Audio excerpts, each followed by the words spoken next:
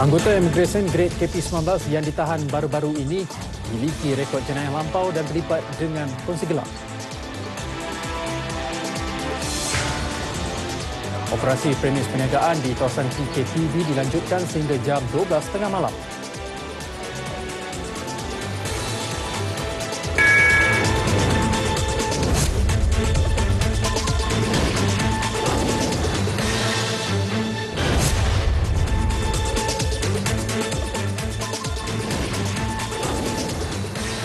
Assalamualaikum dan salam sejahtera.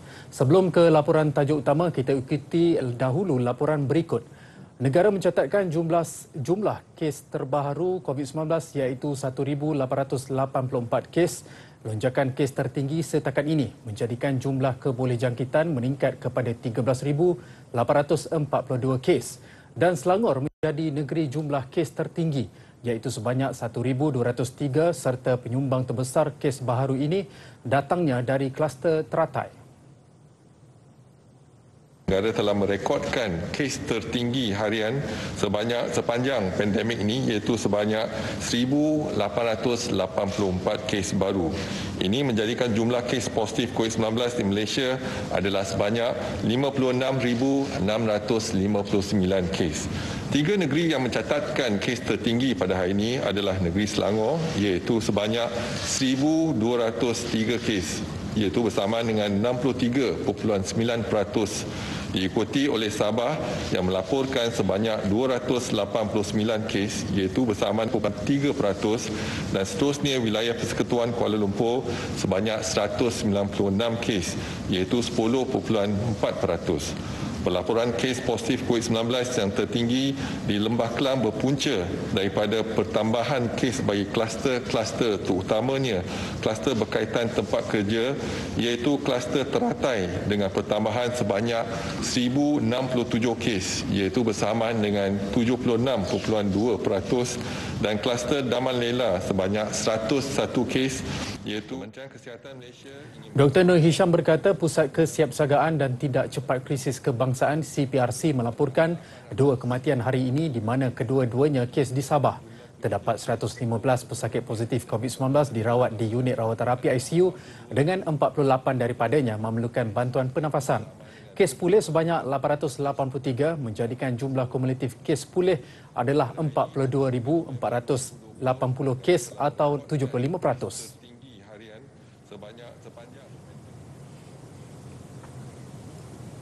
Kerajaan hari ini mengarahkan penutupan 28 kilang sarung tangan Top Glove di Kelang secara berperingkat berikutan kenaikan ketara kes positif COVID-19.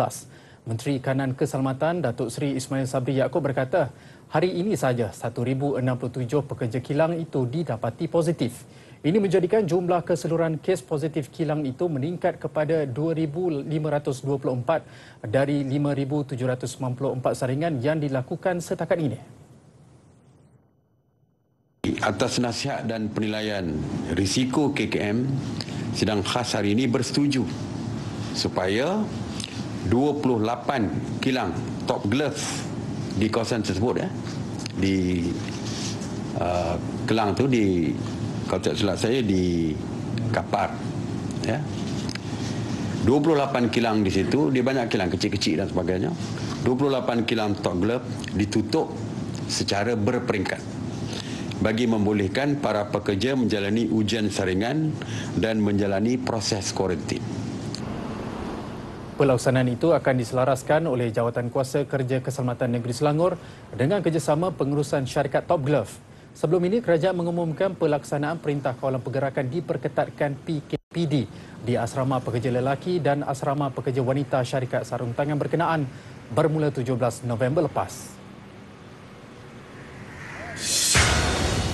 Sementara itu, Datuk Seri Ismail Sabri berkata, mesyuarat MKN hari ini bersetuju membenarkan semua kedai makan, kedai runcit, kedai serbaneka dan stesen minyak di kawasan Perintah Kawalan Pergerakan bersyarat PKPB dibenarkan beroperasi hingga jam 12.30 malam bermula esok. Mesyuarat bincang perkara ini dan akhirnya mesyuarat bersetuju untuk membenarkan pembukaan restoran dan juga perniagaan-perniagaan lain sehingga pukul 12. Seperti kedai serbanika, convenience store, petrol station, kedai runcit, ada kedai runcit kat bandar-bandar kecil, ada kedai runcit yang biasanya orang bergantung untuk membeli barang. Kita buka juga sampai pukul 12. Mana-mana aktiviti perniagaan kita buka sampai pukul 12. Kita setuju. Keputusan itu dibuat susulan rungutan diterima daripada peniaga, persatuan peniaga dan orang ramai. Anggota Imigresen Grade KP19 yang memiliki secara bersama 4 kenderaan mewah bernilai jutaan ringgit dengan salah seorang ejen pekerja asing yang ditangkap baru-baru ini didapati mempunyai rekod jenayah lampau. Menurut sumber, hasil semakan rekod dengan Polis Diraja Malaysia PDRM mendapati anggota berkenaan terlibat dalam kes samun dan curi kenderaan. Menurut sumber, anggota imigresen itu juga dipercayai ahli sindiket bagi kumpulan mencuri kenderaan dan samun berkumpulan yang diketuai salah seorang ejen pekerja asing yang ditangkap. Suspek juga dikatakan terlibat sebagai ahli kumpulan kongsi gelap.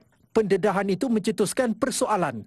Bagaimana seseorang yang mempunyai rekod jenayah lampau boleh dilantik ke jawatan perkhidmatan awam? Baru-baru ini, Suruhanjaya Pencegahan Rasuah Malaysia SPRM merampas puluhan kenderaan mewah termasuk 4 dimiliki secara bersama anggota grade KP19 berkenaan. Antaranya Rolls-Royce Phantom, Mustang, Audi dan Range Rover. Sumber juga mendedahkan 12 ejen pekerja asing yang ditangkap dalam Opselat baru-baru ini adalah anggota sindiket penyeludupan migran antarabangsa. Pengarah Siasatan SPRM Datuk Nur Razlan Muhammad Razali mengesahkan setakat hari ini 56 orang berjaya ditahan SPRM. Daripada jumlah itu, 34 adalah pegawai imigresen, 12 ejen dan 10 orang awam. 10 orang awam yang ditahan adalah kedai akaun yang mana akaun bank mereka digunakan untuk menyimpan wang rasuah yang dikutip. Polis Johor menumpaskan kumpulan Allen yang menjalankan kegiatan merekrut penagih dadah untuk dijadikan sebagai kedai akaun bagi sindiket Macau Scam serta pinjaman dan pelaburan tidak wujud. Hasil 2 serbuan berasingan di Taman Perling dan Tampoi pada Rabu lepas, 10 ahli kumpulan itu termasuk 3 wanita berusia 19 tahun hingga 41 tahun dicekup. Ketua Polis Johor Dato' Ayub Khan Maidin Piche berkata, tangkapan ke atas kumpulan itu adalah kejayaan pertama polis membabitkan kegiatan Macau Scam yang melibatkan jumlah kerugian 3.7 juta ringgit. Kumpulan itu menyasarkan penagih dadah sebagai mangsa yang akan dibayar untuk membuka akaun bank dan kad ATM. Sindiket ini yang bertanggungjawab mengumpulkan kad ATM ataupun mule account ataupun akaun kalde untuk dijual kepada sindiket penipuan Macau Scam dan penipuan pinjaman tidak wujud dan juga penipuan pelaburan tidak wujud. Kad ATM yang akan dibeli dengan harga 400 bagi setiap kad ATM. Kad ATM yang dikumpulkan akan diserahkan bersama dengan nombor PIN serta SIM card kepada ketua kumpulan yang dikenali sebagai Allen ataupun Frankie. Semua suspek yang ditangkap didapati positif dadah selain mempunyai rekod jenayah lampau berkaitan dadah dan kes penipuan. Polis sudah mengenal pasti 91 kes membabitkan kumpulan itu di seluruh negara. Polis kini sedang memburu dalang sedikit berkenaan yang dikenali sebagai Allen atau Frankie atau nama sebenarnya Muhammad Raif Lee Abdullah. Dalam perkembangan lain, satu sindiket penipuan pelaburan tumpas dengan penahanan 10 ahlinya termasuk dalang yang dikenali sebagai Joe Kedah. Sindiket yang aktif sejak tahun lalu giat menipu ramai mangsa sehingga menyebabkan kerugian lebih 20 juta ringgit. Mangsa-mangsa akan dijanjikan dengan pelaburan sekitar 5% hingga 8% sebulan melalui satu platform yang dikenali sebagai Action Effect yang menggunakan aplikasi MetaTrade 4. Ini salah satu aplikasi lah. Ada banyak aplikasi bagi mengaburi pelabur. Bagaimanapun, mangsa hanya menyedari ditipu apabila laman web berkenaan tidak dapat diakses lagi. Polis menerima 72 laporan berkaitan laporan yang ditawarkan sindiket.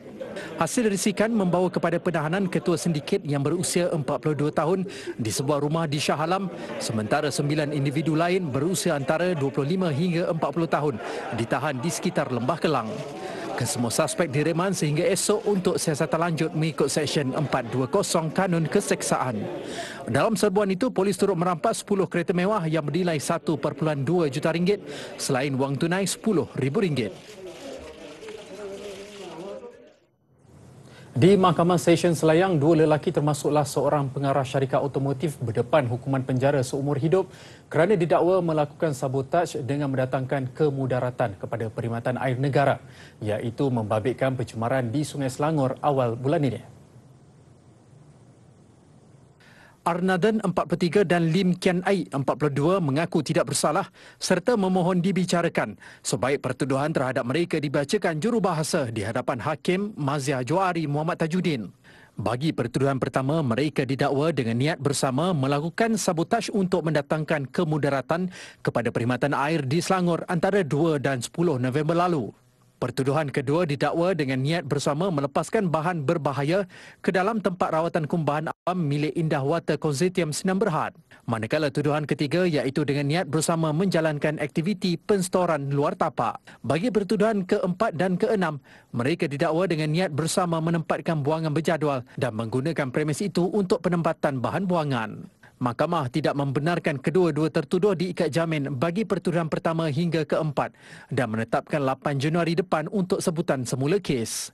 Namun dibenar ikat jamin bagi pertuduhan kelima dan keenam RM30,000 dengan seorang penjamin. Juga masih lagi mengenai pencemaran sumber air. 4 pekerja binaan warga negara Indonesia dihadapkan ke Mahkamah Session Sungai Petani atas kesalahan mencemar Sungai Muda pada 12 November lalu. Tiada pengakuan direkodkan selepas tertuduh tidak memahami pertuduhan dibacakan di dalam bahasa Melayu di hadapan Hakim Azman Habu Hassan. Mengikut pertuduhan, mereka sengaja bersama didapati dengan sengaja melakukan pencemaran Sungai Muda menggunakan minyak diesel pada 3.55 petang 12 November lalu. Kesalahan itu dilakukan di kilometer 17 Jalan Kalai Gajah Putih, Sik hingga menyebabkan berlakunya pencemaran muka sauk di kawasan Jeniang Baru dan Sungai Pau Gurun. Pendakwaan dibuat mengikut Seksyen 433 dan 34 Kanun Keseksaan. Sabit kesalahan boleh dihukum penjara maksimum 30 tahun dan denda atau kedua-duanya sekali. Mahkamah menetapkan kes disebut semula 23 Disember depan. Mahkamah membenarkan semua tertuduh diikat jamin RM50,000. Bagaimanapun semua tertuduh gagal membayar wang jaminan dan dibawa ke penjara Pokok Sena untuk ditahan sementara.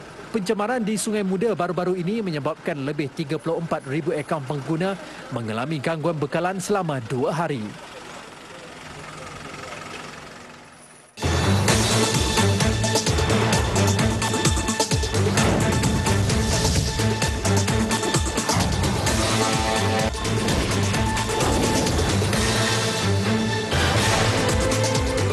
Kembali bersua. Gabungan Kesatuan Pekerja-Pekerja dalam Perkhidmatan Kerani dan Persekutu Kerajaan OKAS menjelaskan kaki tangan di dalam grade KP19 bukan kerani atau pembantu takbir. Sebaliknya, Setiausaha Agungnya Amir Hamzah Yakat Ali berkata grade itu merujuk kepada pegawai penguatkuasaan. Rasa cukup-cukup sedih. Kan nak menanti hari ini nak bagi sidang media pun malam tadi tak boleh tidur. Betapa rasa terbakarnya dengan kenyataan-kenyataan yang sepatutnya tidak, bukannya pada kelompok kami, kan. Jadi disebabkan ini bukan sebabkan nila, ini bukan sebabkan nila setitik rosak sesebelangan. Nila itu pun bukan nila kami.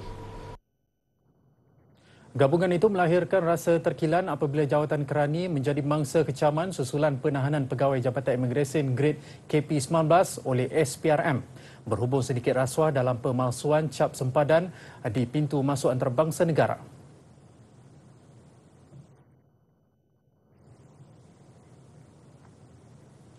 Susulan isu rakyat Malaysia yang terkandas di negara jiran Singapura hingga menjadi gelandangan, Wisma Putra difahamkan akan mengambil langkah segera bagi membantu golongan terbabit. Menteri Luar Datuk Seri Hishamuddin Hussein berkata, Malaysia pada dasarnya tidak pernah menyekat rakyat negara ini untuk pulang ke tanah air walaupun sempadan kedua negara ditutup akibat pandemik COVID-19. Punca yang menyebabkan golongan terbabit menjadi gelandangan juga akan disiasat. Malahan, jelas Datuk Seri Hishamuddin lagi, mereka seharusnya pulang ke tanah air jika berdepan kesulitan di negara orang. Beliau mengulas laporan ratusan rakyat Malaysia yang kini hidup bagaikan gelandangan di negara jiran susulan penutupan pintu sempadan. Dipercayai kos sara hidup tinggi di negara itu membuatkan golongan berkenaan yang selama ini berulang-alik dari Johor Bahru terpaksa berehat dan tidur di bangku taman awam, masjid atau menumpang mandi di pejabat. Ada juga yang tidak mengambil peluang skim pengaturan ulang alik berkala PCA untuk pulang bercuti dan bertemu keluarga di negara ini berikutan pelbagai kekangan, termasuk dari segi kewangan dan terikat dengan peraturan dikenakan majikan.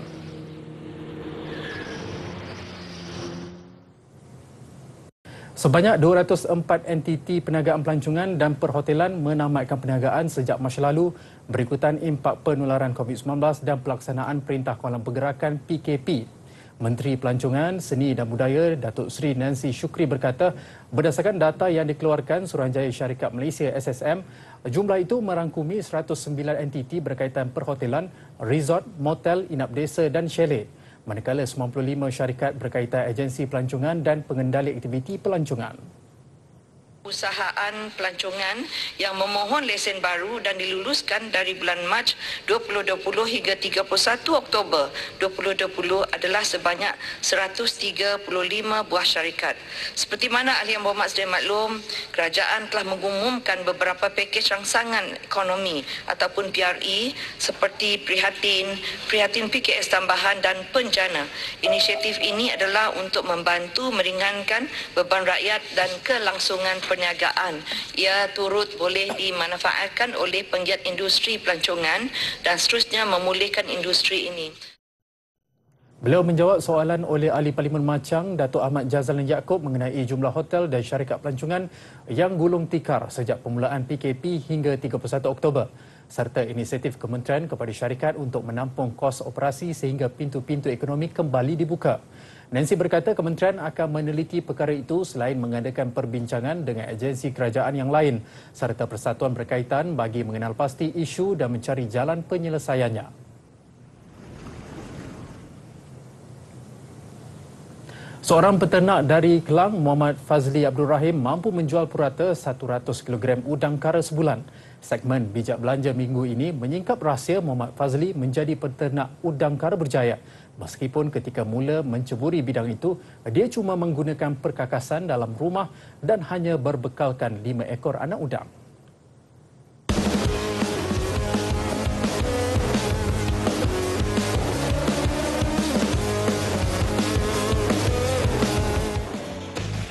Mendapat tunjuk ajar awal hasil menyertai kursus ternakan sambil dibantu maklumat di internet, Muhammad Fazli kini sudah mula berdikari. Untuk lebih menjimatkan, Muhammad Fazli menjadikan halaman rumahnya sebagai lokasi pembiakan anak udang. Untuk permulaan modal, kita boleh mula dengan apa barang yang kita ada dekat rumah. Contoh storage box, benda-benda mudah yang kita ada dekat rumah. Sebab kita orang sendiri bermula dengan storage box dengan 5 ekor dan membiak. Dengan masa yang sama, kita orang ada tambah sikit. Sebab kita orang punya permulaan ni senang cerita dari awal sampai akhir, sampai sekarang ni kita orang buat. Apa penambahan semua, duit tu berasal dari permulaan kita orang jual lobster. Kita orang tak pernah pergi buat pinjaman ke mana-mana, memang kita orang semua duit keuntungan daripada lobster ni kita orang tambahkan. Tambah. Muhammad Fazli beroperasi di rumahnya di Kampung Delik Kelang di bawah syarikat Ayubi Lobster yang ditumbuhkannya sendiri. Kebiasaan selepas 3 bulan, udang kara sudah boleh dipasarkan. Muhammad Fazli mempunyai pelanggan hampir di seluruh negara. Untuk pelanggan di luar Lembah Kelang, udang kara akan disejuk beku terlebih dahulu. Tugas Muhammad Fazli lebih mudah kerana turut dibantu oleh isterinya, Nurwani Idayu Abdul Wahid. Bagi mempelbagaikan pendapatan, Nurwani menjual masakan berasaskan udang kara.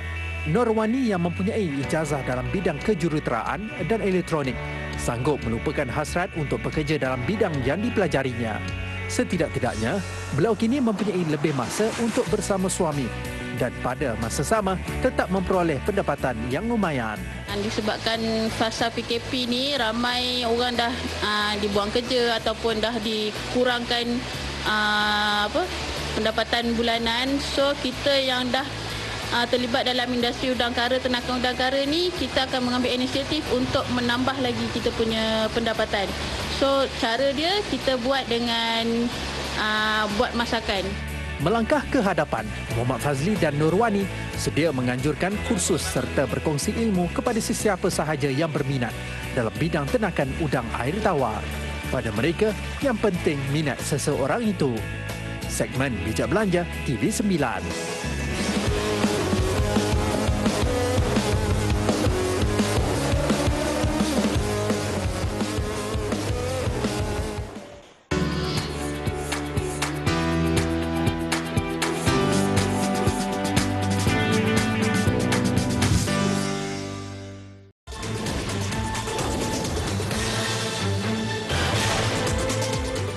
Laporan antarabangsa, Arab Saudi meluluskan pengeluaran visa lawatan transit untuk tempoh sah 48 jam atau 2 hari dan 96 jam atau 4 hari, masing-masing pada kadar 100 Saudi Rial bersamaan RM109 dan 300 Saudi Rial atau RM327. Saudi Gazette yang memetik laporan akhbar Al-Qura melaporkan Majlis Menteri memutuskan untuk meminda peranggan jadual visa lawatan, haji dan transit melalui darat, laut atau udara dalam hal berkenaan. Keputusan Kabinet itu dibuat dalam inisiatif memperbaiki dan membangunkan peraturan yang berkaitan dengan visa kemasukan ke negara berkenaan.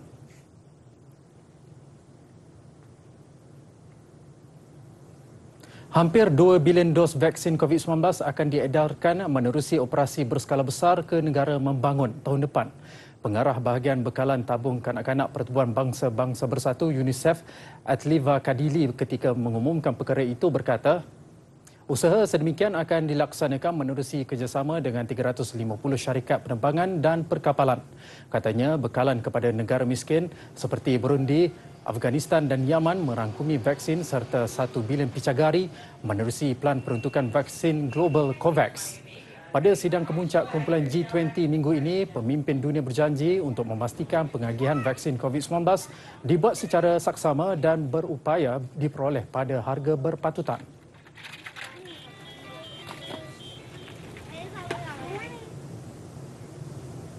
Tiga negara Asia menduduki tempat teratas. Bandar raya paling mahal didiami untuk tahun 2020. Hong Kong, Singapura dan Osaka berkongsi tempat teratas dalam senarai Unit Perisikan Ekonomi EIU menerusi kajian sara hidup sedunia 2020. Kedudukan Paris yang menduduki tahta carta sebelum ini ditewaskan Osaka. New York di tangga ke-4 manakala Los Angeles naik di tangga ke-8. Ibu negara Perancis, Paris jatuh ke tempat ke-5 setaraf dengan bandar Eropah lain, Zurich di Switzerland. EIU berkata kedudukan itu didorong oleh mata wang tempatan dan permintaan domestik kukuh hingga berlaku peningkatan harga pakaian dan bantuan domestik.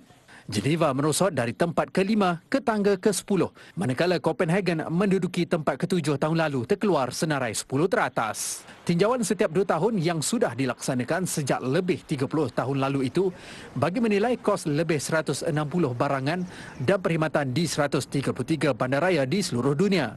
Secara keseluruhannya, kos sara hidup dunia menurun 4% tahun ini.